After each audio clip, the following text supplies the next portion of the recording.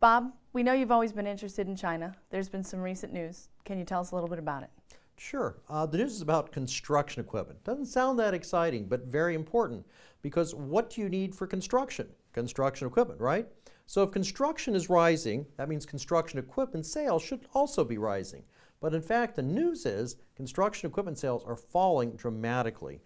This year, in the first 2 months of this year, 2013, we saw sales of construction equipment fall about 24% versus 2012. So big decrease there. And in excavators, a very important category of construction equipment, sales are down 47% from the first 2 months of last year. So we're seeing big declines here. That wouldn't be such a big problem in and of itself. Well, it's a problem, but it's made even bigger because sales have been declining since before 2011.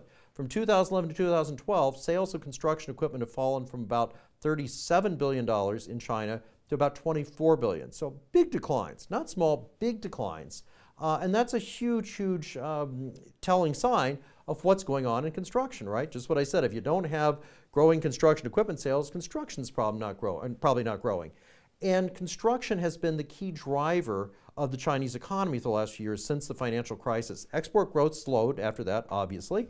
And what they've been doing is pumping up the economy by building infrastructure, apartment buildings, all sorts of things, empty shopping malls. Everything has been driven by construction. So that's a key part of the Chinese economy. And if we're seeing that slowing down, that's a huge issue, because if that's what's driving the economy and construction is slowing down, you can expect that's a real good leading indicator that the Chinese economy is probably slowing down even now much more than they say. I mean, they're still saying they're getting 7% plus growth in their GDP.